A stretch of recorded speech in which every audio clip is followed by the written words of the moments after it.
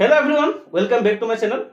So stock market ওপৰত আমি basic to stock market বুলি সিৰিজ এটা আৰম্ভ কৰাৰ কথা আসলতে চিন্তা কৰিছো একেবাৰে জিৰোৰ পৰা আৰম্ভ কৰিম স্টেপ বাই স্টেপ কে যাব প্ল্যানিং আমি এনেকুৱাকে কৰিছো যেতিহে আপোনাৰ ঘৰৰ ককায়েতেও যদি সেই ভিডিওখিনি চাই অৰ্থাৎ ষ্টক মাৰ্কেটৰ এছটো নজনা যদি কোনোবা আছে তেও আপোনাৰ নাম এই ভিডিওখিনি চোৱাৰ পাছত মাৰ্কেটখনৰ ওপৰত ধুনীয়া এটা নলেজ পাই যাব আসলতে এইকেইটা ভিডিও আমি এতিয়াই ৰেকৰ্ড কৰা নহয় 2023 জানুৱাৰী ফেব্ৰুৱাৰী যেতিয়া আমাৰ জিডব্লিউপি ক্লাছ দিছিলো the gateway to wealth programme so তাৰে প্ৰি ৰেকৰ্ডেড ভিডিও আছে আমাৰ হাতত সেই তাৰ পৰাই ভিডিও দিম একেবাৰে বেসিকৰ পৰা আৰম্ভ কৰিম যেহেতু বেসিকখিনি জনাটো জৰুৰী কাৰণ কথাতে কয় নহয় you can't build a great building on a weak foundation you must have a solid foundation if you are going to have a strong superstructure so ভেটিটো মজবুত হ'ব লাগিব কাৰেক্ট যদি হে ভেটিটো আপোনাৰ মজবুত হয় তেনেহলে ভৱিষ্যতলৈ সেই বিল্ডিংটো কোন ধৰণৰ বতাহ ধুমুহাই ক্ষতি কৰাৰ সম্ভাৱনা নাথাকে ওকে সো বলক তেনেহলে আমি অনলাইন ক্লাছলৈ যাওঁ এই ভিডিওটোত আপোনালোকে শিকিবলৈ পাব ষ্টক মাৰ্কেট মানেনো কি এনএসই কি হয় বিএসই কি হয় সেন্সেক্স কি হয় নিফটি কি হয় প্ৰাইমেৰী মাৰ্কেট কি সেকেন্ডাৰী মাৰ্কেট কি সো সকলোবিলাক এই ভিডিওত পাব তাৰপিছত আমি পাৰ্ট 1 পাৰ্ট 2 পাৰ্ট 3 তেনেকৈ আহিব স্টেপ বাই স্টেপ কে একেবাৰে এডভান্স মানি মেকিং ষ্ট্ৰেটেজি লৈকে যাম ওকে সো ষ্টক মাৰ্কেট কি হয় শেয়াৰ বজাৰ গ্ৰুপত কোনোবা আছে নেকি বাৰু যি নেকি আগতে কোনোবাই কেতিয়াবা ট্ৰেডিং কৰিছিল বা ইনভেস্ট কৰিছিল শেয়াৰ মাৰ্কেটৰ বিষয়ে অলপ জনা মিট কৰি ৰাখক আপোনালোকে ইনভেস্ট ট্ৰেডিং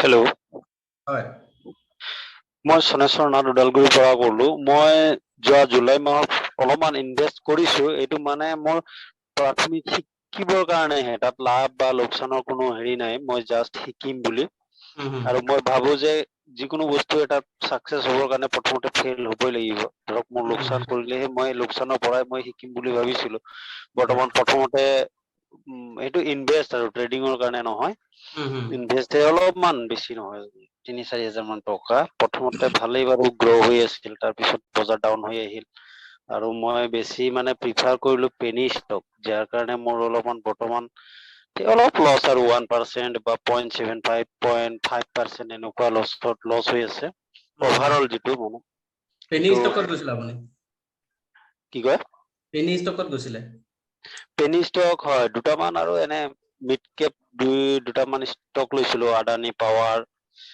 তাৰপিছত আপোনাৰ টাটা পাৱাৰ আপুনি ফান্ডামেন্টাল কিবা এনালাইসিস কৰিছিল না এনে মানে ব্লাইন্ডতে গৈছিল নাই নাই ব্লাইন্ডেডত যোৱা নাই মই অলপমান ফান্ডামেন্টাল মই হেৰিয়াত চাইছিলো কিছুমান ওয়েবসাইট আছে সেইবোৰত চাই পেলাই অলপমান হেৰি কৰিছিলো বাৰু ওকে ঠিক আছে আপুনি লিখিব পাৰে আৰু বেলেগ কোনোবা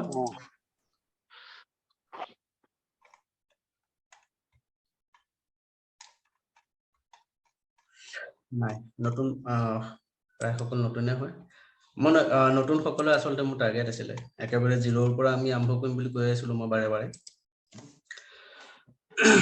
সো চিন্তা কৰিবলগীয়া একো কথা নাই আমি একেবাৰে জিৰোৰ পৰা আৰম্ভ কৰিম মানি মেকিং ষ্ট্ৰেটেজি লৈকে যাম আৰু বিশেষকৈ এই ক্লাছটো ট্ৰেডিংৰ কাৰণে হয় ইনভেষ্টৰ কাৰণে নহয় মানে লং টাইম ইনভেষ্টমেন্টৰ কাৰণে যদি আপোনালোকে চিন্তা কৰিবলৈ হয় তেনেহলে ফান্ডামেন্টাল এনালাইসিস কৰিলে হ'ল কোম্পানীটো ভাল নে বেয়া কি ভাল কি বেয়া সেইখিনি ফান্ডামেন্টাল এনালাইসিস মই এখন কিতাপৰ নাম কম সেই কিতাপখন আপোনালোকে পঢ়িলে নিজে কৰিব পাৰিব 20 বছৰ 30 বছৰ কাৰণে যদি ইনভেষ্ট কৰিম বুলি ভাবে কিন্তু 2 বছৰৰ ভিতৰত ৰিটাৰ্ণ 6 মাহৰ ভিতৰত ৰিটাৰ্ণ 3 দিনৰ ভিতৰত ৰিটাৰ্ণ তেনেকুৱা কাৰণে আমাৰ ফান্ডামেন্টাল এনালাইসিস কৰাৰ প্ৰয়োজন নাই তাৰ কাৰণে আমি টেকনিক্যাল এনালাইসিস কৰিলে হ'ব সো টেকনিক্যাল এনালাইসিস কেনেকৈ কৰিম কি কৰিম সেইখিনি আমি লাহে লাহে শিকিম প্ৰথম আমি একেবাৰে জিৰোৰ পৰা আৰম্ভ কৰিম বুলি যেহেতু কৈছিলো সো আপোনালোকে সকলোৱে মই ভাবো নোটবুক পেন লগত ৰাখিছে ষ্টক মাৰ্কেট কি হয় ষ্টক মাৰ্কেট বুলিলে আমি কি বুজো কথাবিলাক আমি বহুত বেছি জটিলকে আপুনি যিমানে ভাবিব সিমানে জটিল হৈ যাব গতিকে সিম্পল কে ভাবিবলৈ চাব ষ্টক মাৰ্কেট কি হয় বুলি ক'লে আপুনি বেলেগ একো বেছি ভাবিবলৈ প্ৰয়োজন নাই আপুনি ঘৰৰ সন্মুখত যিখন সদায় আপুনি যিখন মাৰ্কেটত গৈ থাকে সবজি বজাৰ সেই সবজি বজাৰখনলৈ চিন্তা কৰক সবজি বজাৰত আপুনি যায় সবজি বজাৰ সকলোৱে চিনি পায় বজাৰ কৰিছে সো সবজি বজাৰত গ'লে কি হয় তাত আপোনাৰ বিভিন্ন ধৰণৰ সবজি থাকে কাৰেক্ট? শাক পাচলি থাকিব আপোনাৰ, আলু বেঙেনা বিলাহী কিবা কিবি আপোনাৰ বিভিন্ন ধৰণৰ চব্জি থাকে, সেইখনেই চব্জি বজাৰ।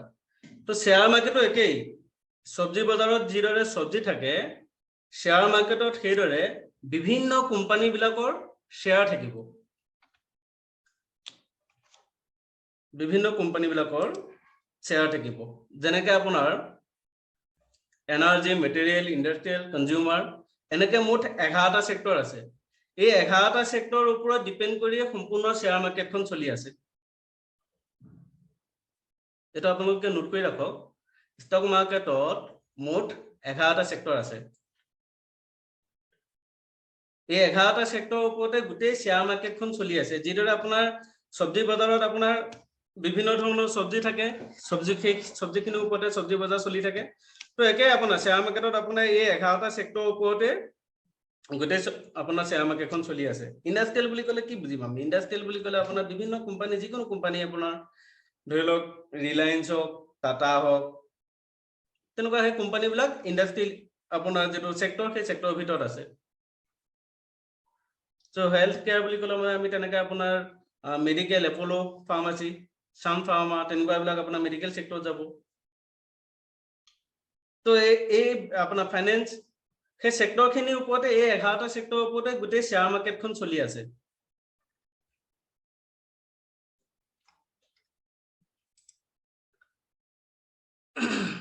চব্জি বজাৰত আপুনি যেতিয়া যাব, তেতিয়া তাত কি দেখে?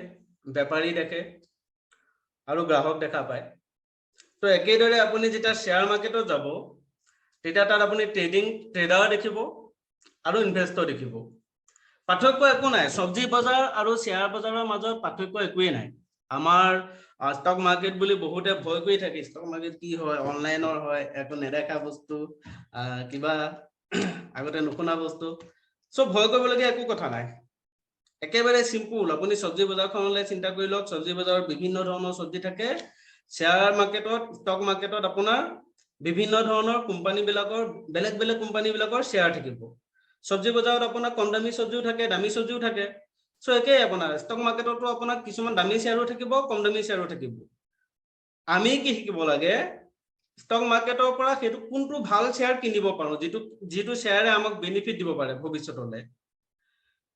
এতিয়া চব্জি বজাৰত যদি আপুনি যায়, সাধাৰণ একেবাৰে জেনেৰেল নলেজ, এইটো সকলোৱে জানে যে আমি আজি যদি চব্জি বজাৰৰ পৰা গৈ পালেং, লাই এনেকুৱা যদি চব্জি লৈ আনো, এদিন বা দুদিন আমি ঘৰত ৰাখিব পাৰিম, তাৰপিছত হয়তো বেয়া হৈ যোৱাৰ সম্ভাৱনা থাকে। চ' বেয়া হৈ নোযোৱাৰ আগতে আমি তাক ইউজ কৰিব পাৰিব লাগিব। হয় আমি তাক ৰান্ধিব লাগিব, নহয় বেয়া হোৱাৰ আগতেই কাৰোবাক দি দিব লাগিব বা আপোনাৰ পেলাই দিব লাগিব। চ' একে আপোনাৰ শ্বেয়াৰ মাৰ্কেটতো খাটে। আপুনি কিছুমান শ্বেয়াৰ এনেকুৱা থাকিব, তাক আপুনি লৈ বেছি দিন ৰাখিব নোৱাৰিব। তাক বেছি দিন ৰাখিব হলে সি বেয়া হৈ যোৱাৰ চান্স থাকে। অৰ্থাৎ আপুনি বেছি দামত কিনি আনিলে আৰু আপোনাৰ লাহে লাহে বেয়া হৈ যোৱাৰ চান্স আছে। চ' কম দাম যেতিয়া হৈ যাবগে আপোনাৰ লছ হৈ যাব, সেইকাৰণে আমি বেছি দিন ৰাখিব নোৱাৰিম। কিছুমান আপোনাৰ চব্জি বজাৰত আপোনাৰ ধৰি লওক জাতিলাও, ৰঙালাও, তেনেকুৱা কিছুমান যদি চব্জি আনে, চ' ঘৰত যদি কেইদিনমান ৰাখে, তেনেহ'লে কেইটামান দিনলৈকে আপুনি ৰাখিব পাৰে, পটককে বেয়া হৈ যোৱাৰ চান্স নাই। বিশেষকে ৰঙালাও, কোমোৰা, তেনেকুৱা জাতীয় বস্তুবিলাক অলপ দিন ৰাখিব পাৰে। তো তেনেকে আপোনাৰ ষ্টক মাৰ্কেটতো কিছুমান শ্বেয়াৰ পাব, কিছুমান কোম্পানীৰ শ্বেয়াৰ পাব, যাক নেকি আপোনালোকে ভৰসা কৰিব পাৰে, বেছি দিন কেইদিনমান ৰাখিব পাৰিব। চ' কোনটো শ্বেয়াৰ পাম সেইখিনিতো আমি লাহেকে শিকিম। মই জাষ্ট কথাটো কৈছো, সেইটো বুজি লওক। নাৰিকল, এতিয়া নাৰিকল এটা যদি আপুনি বজাৰৰ পৰা লৈ আনে, সেইটো বহুত দিনৰ কাৰণে ৰাখিব পাৰে। চ' তেনেকেই আপোনাৰ ষ্টক মাৰ্কেটতো কিছুমান শ্বেয়াৰ আছে, কিছুমান কোম্পানী আছে, সেই কোম্পানী বিলাকৰ শ্বেয়াৰ আপুনি বহুত দিনৰ কাৰণে ৰাখিব পাৰে। কিন্তু সময়ত সেই বস্তুটো বিক্ৰী কৰিবলৈ জানিব লাগিব। আপুনি যদি নাৰিকল এসোপামান কিনি আনি ঘৰত থৈ দিয়ে, কম দামত ধৰি লওক আপুনি কিনি আনিলে, আৰু পূজাৰ বতৰত আপোনাৰ নাৰিকলৰ দাম বাঢ়ি যায়, যিকোনো আপোনাৰ তেনেকুৱা ফেষ্টিভেল ছিজনত। চ' সেই সময়ত আপুনি বিক্ৰী কৰিব পৰাটো সেইটো আপোনাৰ বুদ্ধিমানৰ কাম। চ' সেই বস্তুটো আপোনাৰ সেইটো জেনেৰেল নলেজ, সেইখিনি আমি জানিব লাগিব। চব্জি বজাৰ আৰু শ্বেয়াৰ মাৰ্কেটৰ মাজত একো পাৰ্থক্য নাই। জাষ্ট এই সাধাৰণ কথাটো যদি আপুনি বুজি পাইছে, তেনেহ'লে আপুনি বহুতখিনি বুজি পালে। আজিয়ে আপুনি ষ্টক মাৰ্কেটৰ বিষয়ে বহুতখিনি কথা বুজি পালে, যদিহে আপুনি বুজি পাইছে যে শ্বেয়াৰ বজাৰ আৰু চব্জি বজাৰৰ মাজত একো পাৰ্থক্য নাই। এই 11টা সেক্টৰৰ ওপৰতে চলি থাকে, এইকেইটা ভালকে নোট কৰি ৰাখক। এতিয়া কথা হ'ল প্ৰাইমাৰী মাৰ্কেট আৰু ছেকেণ্ডাৰী মাৰ্কেট। প্ৰাইমাৰী মাৰ্কেট আৰু ছেকেণ্ডাৰী মাৰ্কেট কি হয়? শ্বেয়াৰ বজাৰত দুখন মাৰ্কেট থাকে। ষ্টক মাৰ্কেটত দুখন মাৰ্কেট থাকে, এখন হৈ গ'ল প্ৰাইমেৰী মাৰ্কেট আৰু এখন হৈ গ'ল সেকেন্ডাৰী মাৰ্কেট। প্ৰাইমেৰী মাৰ্কেট আৰু সেকেন্ডাৰী মাৰ্কেটৰ মাজত পাৰ্থক্য কি?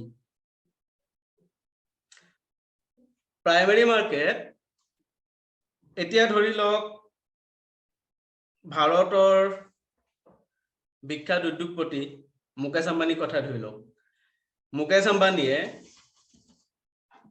এতিয়া আপোনাৰ সকলোৱে জানে ৰিলায়েন্সৰ মালিক হয় মুকেশ আম্বানী।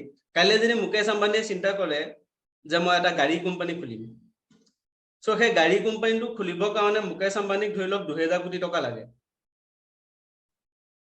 গাড়ী কোম্পানীটো খুলিবৰ কাৰণে মুকেশ আম্বানীক 2000 কোটি লাগে আৰু মুকেশ আম্বানীৰ হাতত আছে 1000 কোটি। তো বাকি 1000 কোটি ক'ৰ পৰা ল'ব? কিছুমানে হয়তো ক'ব আপোনাৰ বেংকৰ পৰা ল'ব পাৰে। সো বেংকৰ পৰা ল'ব পাৰে, কিন্তু বেংকৰ পৰা ল'লে কি হ'ব? বেংকক ইন্টাৰেষ্ট দিব লাগিব। সেই হিচাপত 1000 কোটি টকা যদি বেংকৰ পৰা ধাৰ ল'বলৈ হয়, সেই হিচাপত বেংকক ইন্টাৰেষ্টটো দিব লাগিব। কিন্তু তাকে নকৰি তেওঁলোকে কি কৰিব পাৰে? IPO লৈ আনিব পাৰে, ইনিচিয়েল পাব্লিক অফাৰ। প্ৰাইমেৰী মাৰ্কেটলৈ আনিব, হয়তো সেকেন্ডাৰী মাৰ্কেটলৈ নহয়। প্ৰাইমেৰী মাৰ্কেটত কি কৰিব? IPO লৈ আনিব। IPO মানে শ্বেয়াৰ লৈ আনিব। সেই কোম্পানীটোৰ যি 1000 কোটি টকা তেওঁলোকক প্ৰয়োজন হৈছিল, সেই 1000 কোটি মানুহৰ পৰা আপোনাৰ বিচাৰিব যে আমি আমাৰ কোম্পানীৰ শ্বেয়াৰ দিম, তহঁতি মোক পইচা দে। ধৰি লওক এটা শ্বেয়াৰৰ দাম আপোনাৰ 1000 ৰাখিলে, সো যেতিয়া IPO আনিব তেতিয়া আপোনাৰ IPO টো লট হিচাপত আহে। এটা শ্বেয়াৰ যদি 1000 টকা ৰাখিছে, তেনেহলে IPO যেতিয়া লৈ আহিব প্ৰাইমেৰী মাৰ্কেটলৈ, তেতিয়া আপোনাৰ এটা লটত হয়তো 9টা থাকিব, কেতিয়াবা 10টা থাকিব। কিন্তু বেলেগ বেলেগ কোম্পানীয়ে বেলেগকে ডিসিশন লৈ কেইটা আমি এটা লটত কেইটা শ্বেয়াৰ ৰাখিম। ধৰি লওক আপোনাৰ এটা লটত 10টা শ্বেয়াৰ ৰাখিলে, তেনেহলে আপুনি যদি প্ৰাইমেৰী মাৰ্কেটলৈ যায় আৰু সেই প্ৰাইমেৰী মাৰ্কেটৰ পৰা যদি আপুনি যদি IPO কিনিবলৈ যায়, তেনেহলে সেই একেই আপোনাৰ 10টা শ্বেয়াৰেই কিনি ল'ব লাগিব। মানে এটা শ্বেয়াৰত যদি 1000 কে হয়, 10টা শ্বেয়াৰত 10000 টকা। আপুনি যদি এটা লট কিনিবলৈ যায়, গোটেই আপুনি 10টা শ্বেয়াৰ কিনিব লাগিব। প্ৰাইমেৰী মাৰ্কেটত তেনেকুৱা ৰুলছ থাকে। কিন্তু সেকেন্ডাৰী মাৰ্কেটত তেনেকুৱা নহয়। সেকেন্ডাৰী মাৰ্কেট কি হয় আমি শিকিম। প্ৰথম প্ৰাইমেৰী মাৰ্কেটটো শিকিলো। প্ৰাইমেৰী মাৰ্কেটত কোম্পানীয়ে শ্বেয়াৰ লৈ আনে IPOৰ মাধ্যমেৰে। IPO full form initial public offer. IPOৰ মাধ্যমেৰে প্ৰাইমেৰী মাৰ্কেটলৈ শ্বেয়াৰ লৈ আনে। তাত কি কৰে? ইনভেষ্টৰে কোম্পানীক পইচা দিয়ে আৰু কোম্পানীয়ে ইনভেষ্টৰক শ্বেয়াৰ দিয়ে। ওকে, প্ৰাইমেৰী মাৰ্কেটত যেতিয়া আপুনি আহিলে, ধৰি লওক মুকেশ আম্বানীক 1000 কোটি টকা প্ৰয়োজন হৈছিল, তেওঁক লাগে 2000 কোটি, নিজৰ হাতত আছে 1000 কোটি আৰু লাগে 1000 কোটি। সেই 1000 কোটি ক'ৰ পৰা পাব? প্ৰাইমেৰী মাৰ্কেটলৈ তেওঁ শ্বেয়াৰ লৈ আনিলে, IPO লৈ আনিলে, যে তহঁতি মোৰ কোম্পানীত পইচা যে ইনভেষ্ট কৰ, মই তহঁতক মোৰ কোম্পানীৰ শ্বেয়াৰ দিম। কাইলৈ যদি মোৰ কোম্পানীয়ে ভাল প্ৰফিট বুক কৰে, সেই প্ৰফিটৰ অংশ তহঁতিও হবি। তাৰমানে আপুনি যদি প্ৰাইমেৰী মাৰ্কেটৰ পৰা সেই কোম্পানীটোৰ শ্বেয়াৰ লয়, সেই কোম্পানীটোৰ আপুনি মালিক হয়। এই কথাটো আমাৰ বহুতে নাজানে। আমাৰ বহুতে ভাবে শ্বেয়াৰ কিনি থৈছো। শ্বেয়াৰ কিনি থোৱা অৰ্থ কি হয়? সেই কোম্পানীটোৰ আপুনি শ্বেয়াৰ লৈ থৈছে, তাৰমানে আপুনি সেই কোম্পানীটোৰ মালিক হয়। 0.00001% হলেও আপুনি সেই কোম্পানীটোৰ মালিক। মুকেশ আম্বানীয়ে 1000 কোটি দিছে, আপুনিতো 10000 হলেও দিছে ন। আপোনাৰ তাত শ্বেয়াৰ কম আছে, পইচা আপুনি কম দিছে, কিন্তু আপুনি হলেও সেই কোম্পানীটোৰ মালিক হয়। কাইলৈ যদি সেই কোম্পানীটোৱে ভাল প্ৰফিট বুক কৰে, ভাল যদি পাৰফৰমেন্স দিয়ে, তেনেহলে আপোনাৰো আপোনাৰ শ্বেয়াৰৰ দাম বাঢ়ি যাব, অৰ্থাৎ আপোনাৰ শ্বেয়াৰৰ ডিমাণ্ড বাঢ়ি যাব। কোম্পানীয়ে যদি ভাল প্ৰফিট কৰে, ভাল যদি পাৰফৰমেন্স দিয়ে, সো আপোনাৰ কি হ'ব? আপোনাৰ প্ৰফিট হ'ব। আপুনি সেই কোম্পানীটো যিহেতু মালিক হয়। যদি আপুনি এটা লট কিনি থৈছে, আপোনাৰ হাতত যদি 10টা শ্বেয়াৰ আছে, তেনেহলে অলপ কম প্ৰফিট হ'ব। 2টা লট কিনি থলে বেছি প্ৰফিট হ'ব। 3টা লট কিনিলে আৰু বেছি প্ৰফিট হ'ব। কিন্তু আপুনি সেই কোম্পানীটো মালিক। প্ৰাইমেৰী মাৰ্কেটত যদি আপুনি যদি শ্বেয়াৰ লৈ থৈছে, IPO যদি লৈ থৈছে, তেনেহলে 0.00001% হলেও আপুনি সেই কোম্পানীটোৰ মালিক হয়।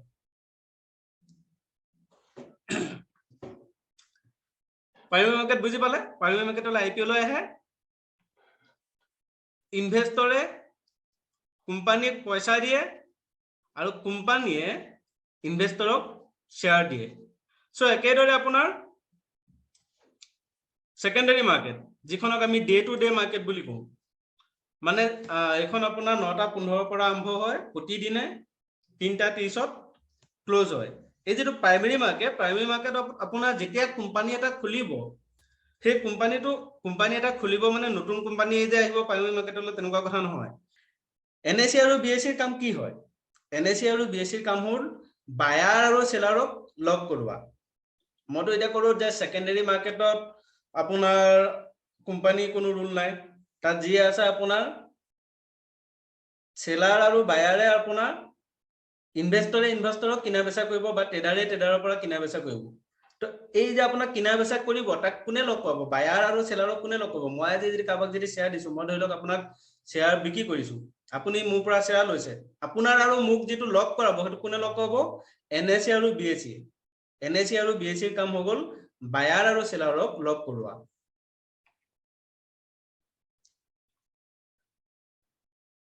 সেনসেক্স আৰু নিফটি কি হয় আপোনালোকে বহুতে হয়তো শুনিছে সেনসেক্স বা নিফটি এনেকৈ হয়তো বহুতে শুনিছে নিফটি 50 শুনিছে হয়তো বহুতে সেনসেক্স আৰু নিফটি কি হয়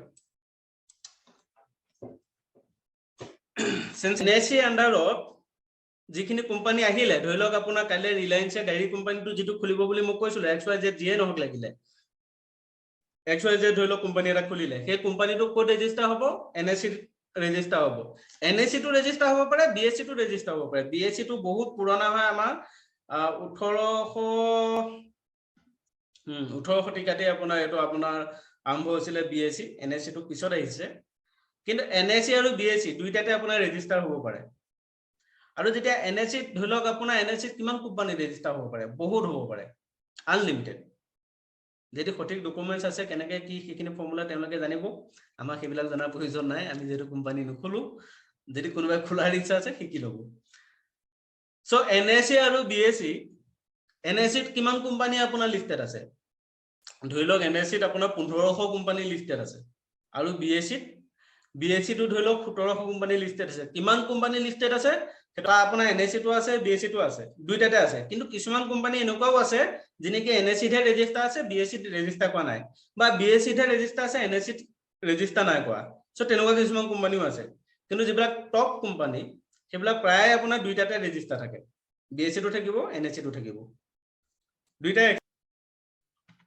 এটা BSE আন্ডাৰত আপোনাৰ ধৰি লওক 1700 কোম্পানী লিস্টেড আছে BSE আন্ডাৰত 1700 কোম্পানী লিস্টেড আছে সেই 1700 কোম্পানীৰ ভিতৰত টপ 30টা কোম্পানীক এটা ইনডেক্সত ভৰাই ৰাখিলে BSE কি কৰিলে তেওঁলোকৰ আন্ডাৰত আছে 1700 কোম্পানী সেই 1700 কোম্পানীটাৰ ভিতৰত টপ 30টা কোম্পানী অৰ্থাৎ ভাল পাৰফৰম্যান্স দিয়া দিছে সো তেনেকুৱা আপোনাৰ ভাল পাৰফৰম্যান্স দিয়া টপ 30টা কোম্পানীক সেনসেক্সত ৰাখি থৈছে সেনসেক্স এটা ইনডেক্সৰ নাম যেনেকৈ আপোনাৰ আমাৰ ক্লাছবোৰত যিবিলাক লোৱা ছোৱালী শিক্ষাৰ্থীয়ে ভাল পাৰফৰম্যান্স দিয়ে তেওঁলোকক যেনেকৈ A গ্ৰেডত ৰাখে তাতকে অকমান ভাল আপোনাৰ যিসকলে পাৰফৰম্যান্স দিয়ে B গ্ৰেডত ৰাখে সো একে আপোনাৰ BSE কি কৰিছে টপ যেটা 30টা কোম্পানী 1700 কোম্পানী আছে 2000 কোম্পানী আছে ধৰি লওক সেই 2000 কোম্পানীৰ ভিতৰত টপ 30টা কোম্পানী ভাল পাৰফৰম্যান্স দিয়া কোম্পানী 30টা সেনসেক্সত ৰাখি থৈছে 30টা একেলগতে ৰাখি থৈছে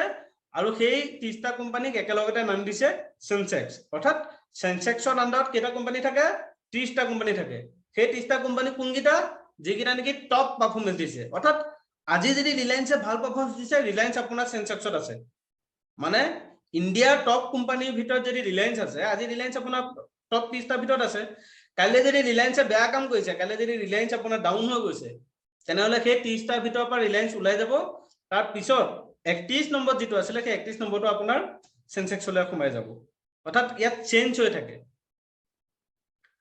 আজি লেসিয়ে সেনসেক্সক কোনে কৰে BSE সেনসেক্সত কেটা কোম্পানী থাকে 30টা নিফটিত কেটা কোম্পানী আছে নিফটি 50 বুলি কলে কেটা কোম্পানী 50টা নিফটি 100 বুলি কয় নিফটি 100 বুলি কলে কেটা কোম্পানী মানে টপ 100 কোম্পানী টপ 100 কোম্পানী যদি হয় ধৰক ইন্ডিয়াৰ ভিতৰত টপ 100টা কোম্পানী যদি আমি যদি এটা ইনডেক্সত ৰাখো সেটো হ'ব নিফটি 100 যদি নিফটি 200 কও তেতিয়া টপ 200 কোম্পানী কাৰণ NSE টোত আপোনাৰ 2000 কোম্পানী লিস্টেড আছে 1500 কোম্পানী লিস্টেড আছে তাৰ ভিতৰত আপোনাৰ টপ 200 কোম্পানী যদি আমি আনো নিফটি 200 বুলি কম মানে টপ 200 কোম্পানী নিফটি 200 নিফটি 500 কলে টপ 500 কোম্পানী একেবাৰে সিম্পল